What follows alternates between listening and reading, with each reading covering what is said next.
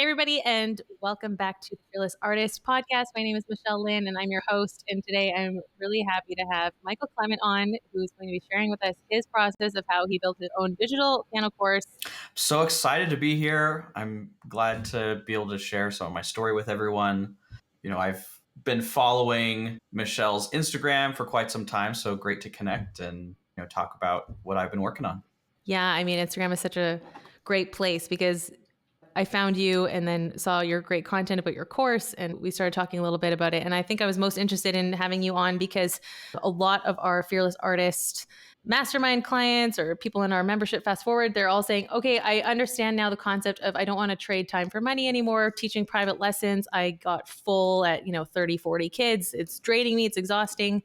Let's move to a digital course. And we're like, yeah, that's a great idea. And it seems like it's really hard for a lot of people to get going, to get it off the ground. So I wanted to hear about you because you've successfully created and launched and selling. And one of the first things you told me was that you were like already profitable. So that's what we love to hear. We love to hear about musicians making money and help our musicians make more money, make more income streams, and free up their time. Yeah, and I would say the first thing is that this isn't my first attempt at a course or a product. I'm probably several iterations in. I did a group program for a while. I was selling, private lesson packages for a while. I still teach privately and I still teach in a group setting. But the course, which is called Yes, the Jazz Piano Launchpad. Thank you. Yeah, it really came out of some failures that I had with trying to do a group program. And I think, some of the lessons that I learned, if I did it again, I could definitely make adjustments and definitely fix. But the main shift I had when thinking about how to actually market and launch an online course is thinking that I need to market it before I actually create it. And I think that's probably the biggest thing that I see a lot of musicians run into when they want to create a course. They want to create a course, they have an idea, and they haven't tested the idea before they actually create the product. And sometimes if you just have I want to create a course on X topic, and then you start dreaming about the course, you start thinking about it, and then you start planning out the modules, you haven't even thought about the problems that you're trying to solve for a client. So if you can kind of turn the process on its head and say, I'm going to market this first, I'm going to figure out what problems I'm solving, what quantifiable end result or clear endpoint I want to create for my client. When you kind of turn that process on its head and then create the course after you've created all the marketing materials, you can be a lot more successful. So I may have jumped a little bit too far, but it's probably like the main thing. Maybe you can start with, okay, because I hear you. You've got an idea for a course. One of our mastermind girls right now, she's got this course for easy piano adults, easy repertoire for adult beginners. Yeah. So you had your idea. Can you tell us a bit, what is your course? What do you teach in it? What does it look like? Yeah, so my course is specifically for classical pianists. I say in most of my marketing, I just say pianists generally, but it's for those that already play the piano well, they already read sheet music, and they want to be able to play with a jazz band, get to the point where they can go to a jam session and be confident playing jazz at that jam session in 8 weeks. I had to kind of put blinders on my ideas for the course because I have, years of knowledge that I could put into a course. When you're creating a course, you have to put blinders on it and think, who is this for? What's the starting point? What's the ending point? And how can I create a bridge from the beginning to the end in the clearest and most effective way possible? Yeah, that's so helpful because so many musicians have tons of ideas and they want to pour all of their expertise and education into this course because they also want to make it really valuable. Mm-hmm. And you want to say, okay, I want to sell it for a high rate because I'm trying to make some money here. So that means I need to give everything. And then I think with marketing, it's harder to find your specific target audience because a lot of people don't want to be overwhelmed. I'm a classical pianist. I want to learn how to play some jazz. Yeah. That's a very specific type of person. And you can't dump everything you know on them or else they're going to be overwhelmed and maybe not buy. Can you tell us a little bit about your background and your education up until making the course? Yeah, for sure. And I guess I didn't do a full intro of myself, but I grew up taking classical piano lessons. My mom taught me when I was like 4, and I grew up with a very, very traditional piano background. I did festivals and competitions and federation and all these different things, and I just always enjoyed creating my own music. Mm. And this continued throughout my teenage years. I never had a jazz instructor. I always took from classical teachers, and even in high school, I took very, very serious classical lessons from um, one of my great mentors, Lenore Brown, at the University of Utah. And then I did the audition circuit for my undergrad, and I ended up going to University of North Texas for classical piano, and Hmm. that was where I got scholarships for that. And when I went for my audition, I was like, oh, by the way, I also want to do jazz piano. So I was Hmm. I was auditioning for both, but frankly, my audition was stronger for the classical side. But I always wanted to do. I had this plan that I was going to do dual major. I was going to do classical piano and jazz piano, and I was able to do that at the University of North Texas, and that was great for me. And kind of in the process of doing my undergrad, I realized I think that I enjoy the work for jazz piano better than I enjoyed the work for classical piano. Jazz people are just cool, right? It sounds like you just wanted to hang out with the cool people. That was probably it. I didn't have many friends in the classical piano side. Yeah, because they're all busy practicing. They shut themselves in their practice rooms. Yeah, and I did the same, but it was like on one side I didn't have any friends, and it was like learn and memorize 20 minutes of, jury music every semester. And then on the other side it was like, hey, we're doing concerts. I started gigging my sophomore year, and I really enjoyed it. And so I kind of throughout my undergrad I was straddling the two, because that's because I had a full ride for classical piano, so I still had to really perform on the classical side, but I was frankly more focused on the jazz side as well. No, it's great to have that inclusion of both genres so early in your training because normally, Hmm. from what I've seen, is people have to really choose and focus. And this has led to you being able to approach both target audiences. Hey, classical pianist, let me teach you how to be cool. Let me teach you how to gig. Maybe this is your new marketing strategy. Okay, so you come out of your undergrad, and then when do you think like you started teaching, and then you started group programs? You said, and that wasn't as successful. Yeah, so I started teaching in my undergrad. Even at the time I was gigging, I got some referrals from professors that were like, "Hey, I've got this student, take from him." So I started with going house to house. I had a very small, like 3 or 4 students. I would just go house to house, and I took an entrepreneurship class, and one of my teachers was like, you should not be charging $30 for a lesson that's 40 minutes long that you're driving to their houses.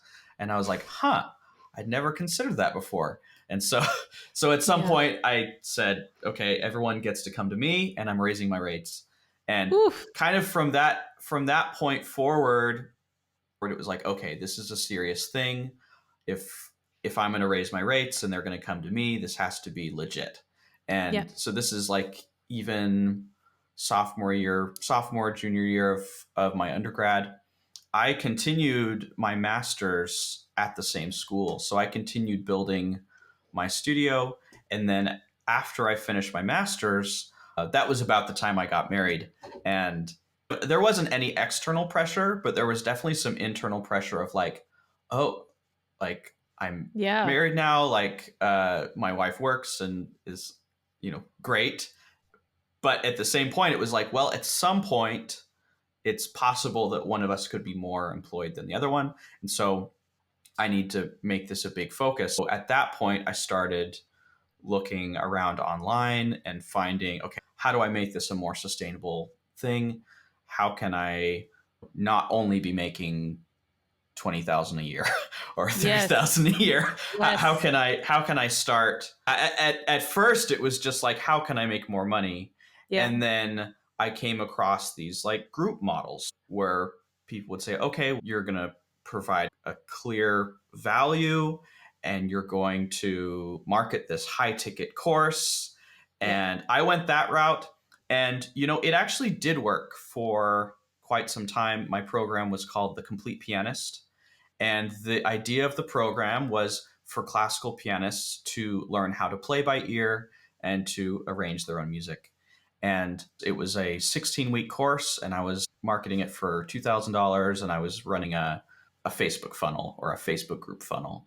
Okay. And I think the biggest thing there is that I didn't consider, and probably the biggest mistake I made, is that I was considering the price of or the value of the transformation, which is what you should be doing. But I wasn't considering a very crucial variable that I think anyone who is creating courses should always consider, which is the certainty that the person has that they will be successful with your program. Oh my gosh. I hear, yeah, so good because you can, people need to know you, like you, trust you, but they also need to trust themselves Yes. if they're going to take Yes. in a $2,000 course. They need to say, I know that I'm going to put the time into this. I have time to practice. I'm going to be able to understand the material. Like if they have any self-doubt about their capacity, it has nothing to do with you or your expertise or if you can teach them. And that's what we see too with our mastermind. We know that they believe that we say we can help them, but sometimes the doubt comes from they don't know if they have the gumption or the energy to put in day after day, right? So, yeah. Yeah, and so I launched this group program, or this program. It started off as one-on-one, and I tried to make it a group program. And I actually had quite a few enrollments at the beginning. When I started out, there were all these people who came out of the woodworks that already knew me. They knew how serious I was, and not to toot my own horn, but how good of a teacher I was. And they just came out of the woodwork and they were like, yeah, I want to study with you. And they worked with me and they were great and it was awesome. But the next step of going online and creating a community of people that liked me and trusted me as much as these people that had known me for several years, it was much harder. And then the additional crucial bit of information is that I wasn't considering in the price of the course was, uh, how likely are they, or how likely do they think they are that they will be successful? And so, kind of after I did a big launch. I prepared probably 2 months for this launch, preparing all my email sequences. I did a 3-day masterclass for free in my Facebook group. And all of that said and done, I got one client. Oh, my heart just shattered. That sucks so much. Yeah, I'm so sorry that happened.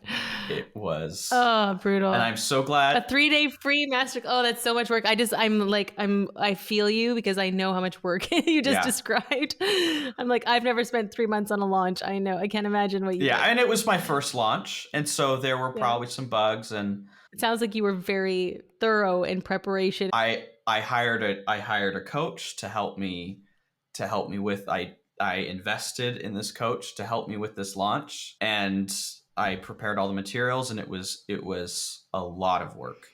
And at the end of it, I had probably 20 people come to my masterclass, but then a lot of them were other jazz musicians who wanted to know how I taught this thing. Oh, geez. I mean, I'm sure there were a lot of things that I would do differently if I could do it again, if I did do it again. But there were a lot of hard lessons. And so after that launch, I said, okay, we're not doing this anymore. I can't do this anymore. So I said, well, what's something that I can clearly do? I'm going to go this online course route.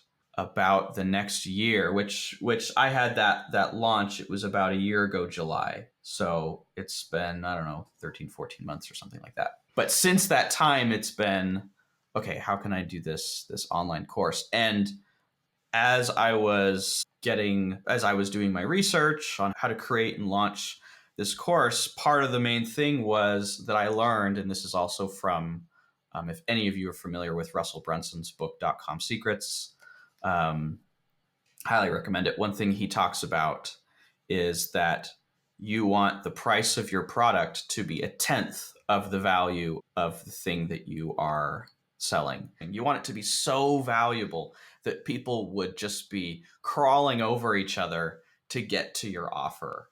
After that launch I had, I decided to start fresh. was going to start with a new idea, a new course idea.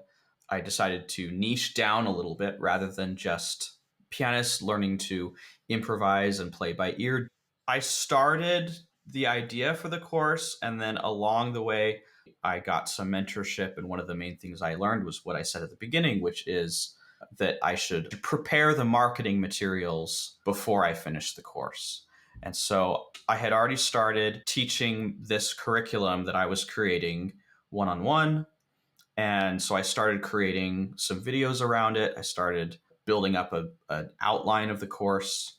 And then in June of this year, I did my pre launch. So the course wasn't even done. Arguably, all you need is a welcome video and then a very clear idea of how you're going to create it. And then you create all the marketing materials.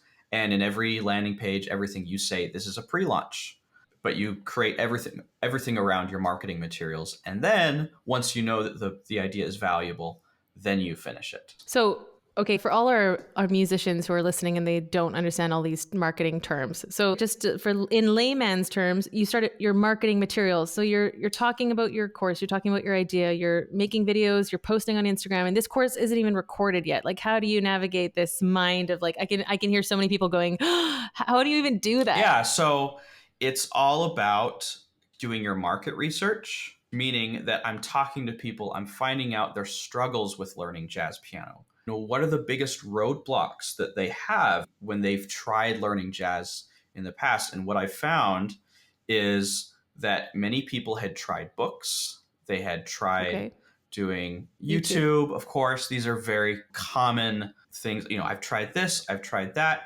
They were overwhelmed with the complexity of jazz piano. And then they were also overwhelmed with the prospect of improvisation. And so I knew that whatever solution I created, it needed to not be overwhelming in terms of theory. It needed to be slow, and it needed to be, at least in the way that I teach, it needed to be very step by step, very easy. And I knew that when we got to the improvisation parts, because there's a whole chapter on soloing, I knew that I needed to create a very clear way for people to be able to improvise without feeling very overwhelmed. And so I did the market research. I found out what are the problems that I'm going to solve. How can I actually solve those problems? And did you just start DMing classical pianists on Instagram, or how are you finding people you think? I started talking to my friends. I started talking to the teachers around. I've got a friend who's a trumpet player whose dad was a Clyburn silver medalist, and he comes to my gig because I gig with his son. And I talked to him. I'm like, why haven't you ever learned how to improvise? And he still is never going to do it. He says he never will. He's like, oh yeah, I just can't do what you do. And so every chance you have to talk with someone who you're wanting to serve, you find out what's the thing that's holding you back. And then you create the course around that, if that makes sense.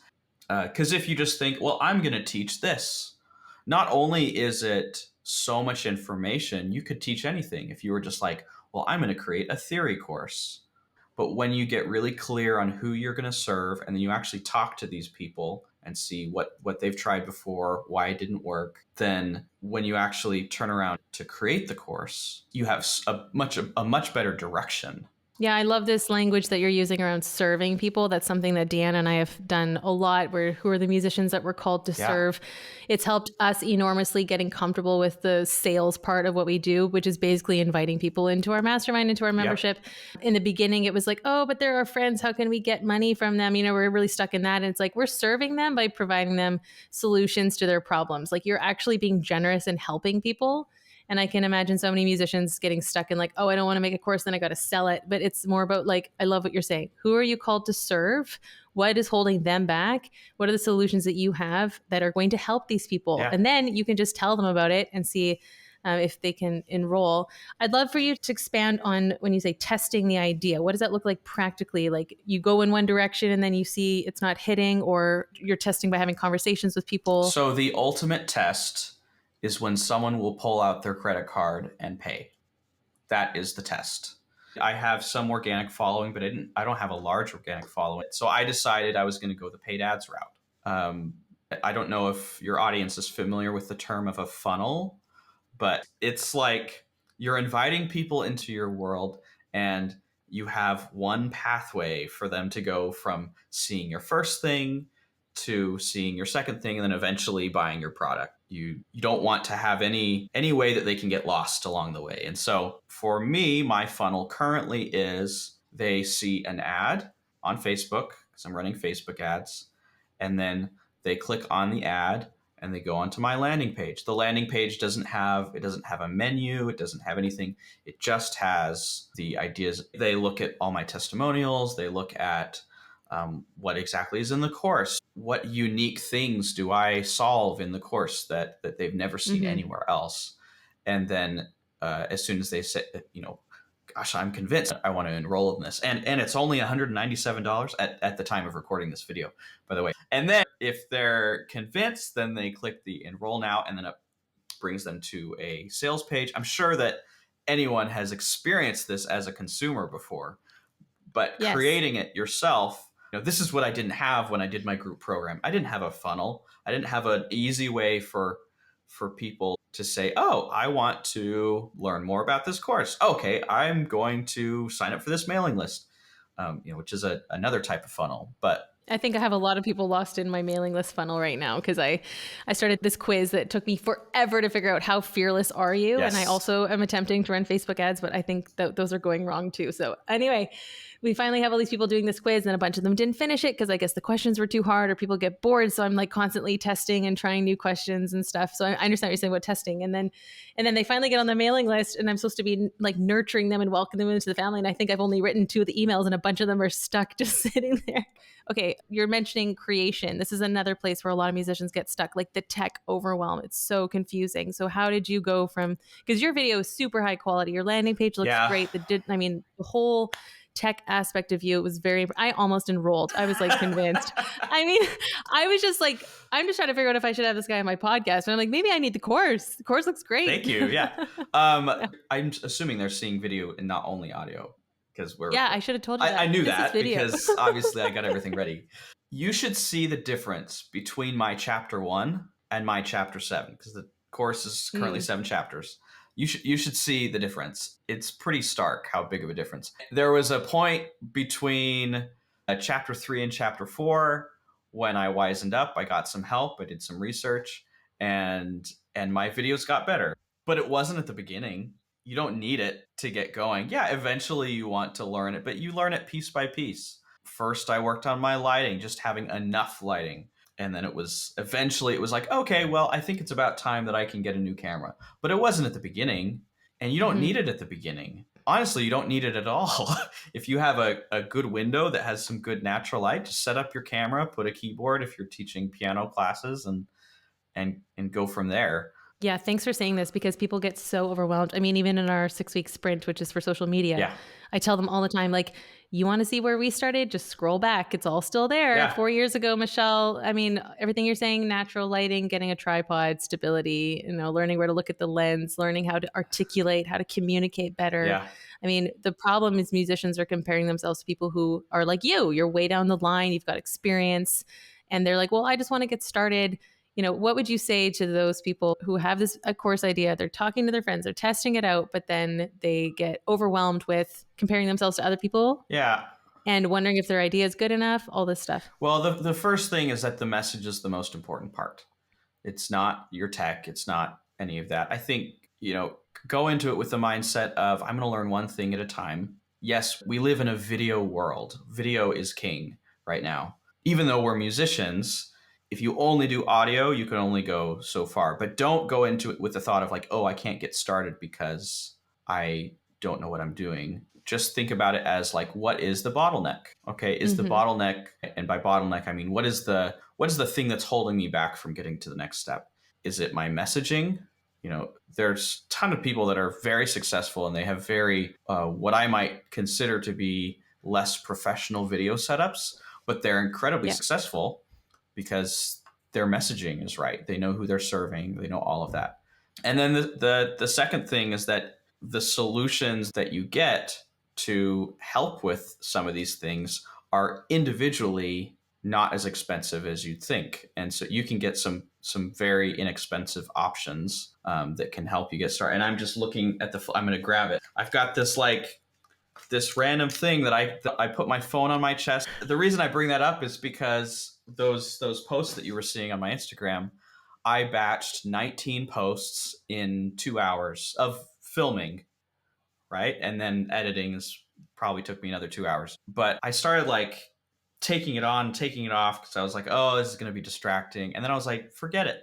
I just need to get this done. So, that little tool, probably like $20, and I put my phone on it, and then people can see what I'm playing, and I don't have to have a hand tied up. No, it makes perfect sense. You're just finding things that work, and you're using the tech that you have available to you, and you keep going, right? That's what I'm hearing. Exactly. You improve along the way. We build the plane while we fly it, which sounds scary, but that's really what it feels like. This is an analogy. Yeah. I'd love for you to talk a little bit about the creator platform that you used, because I did check them out and they seem awesome. Yeah. So and I think this is a testament to very good marketing and kind of, even, I guess I should introduce it first, but last Black Friday, I saw a sale for a course that was going to help me improve my video. And I was like, okay, I have this idea for this jazz piano course. I'm going to go ahead and buy this course. It was $47. And I guess you don't have examples of my previous video, but it created this look. The course is $47, and you can get a fully professional lighting setup for a couple $100. I'll say 300 to make it a little bit more realistic. And then after I took their course, got my video looking like this, basically, then they had me in their funnel. Like, I was sold. It was such a great value, going back to the idea of having your product to be worth 10 times what you're charging for it. I got such an amazing value from this course on video creation. It's called 14-Day Filmmaker. I said, gosh, if all of your products are like this, I want every single one.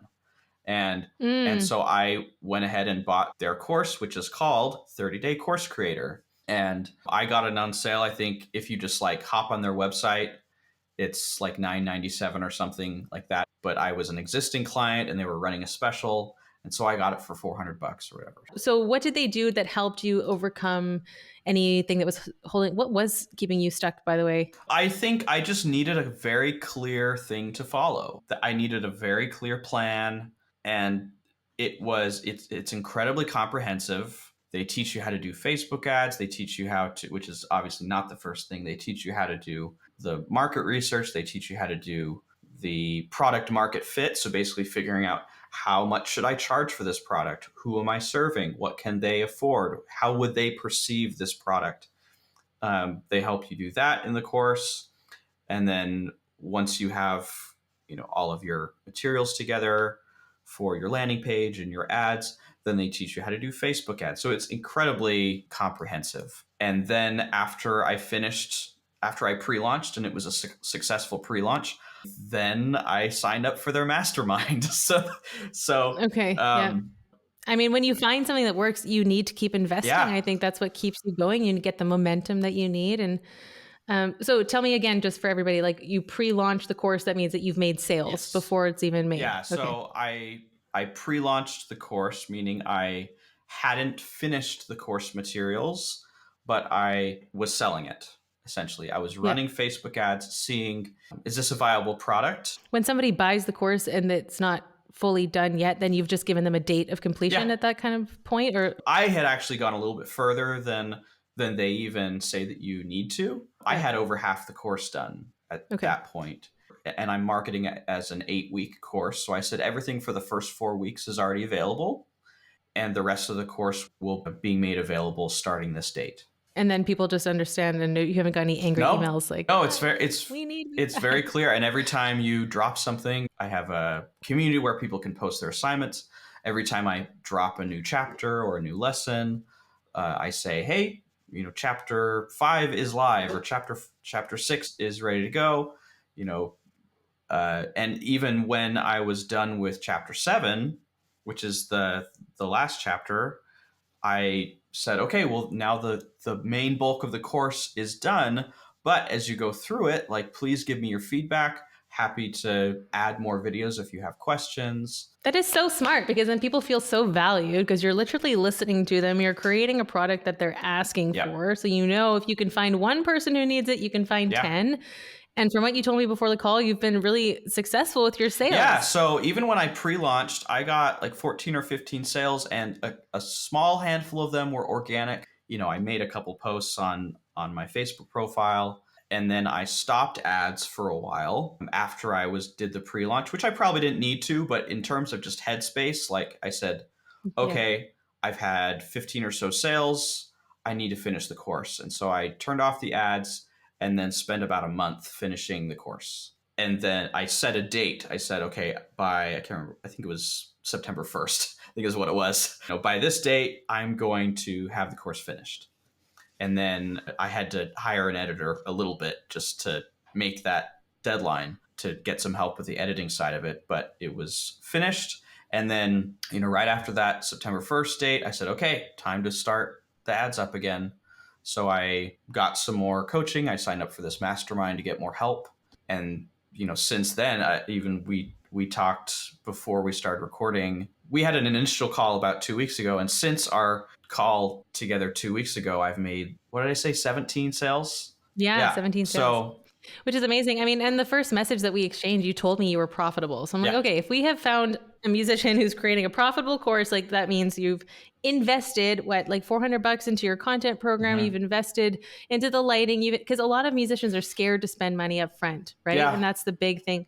Also with the mastermind, with Fast Forward, we're trying to explain, like, when you come into these programs, you're setting goals, you're going to get more concerts, opportunities, students, you learn Yeah. things that you haven't learned before. It accelerates your progress.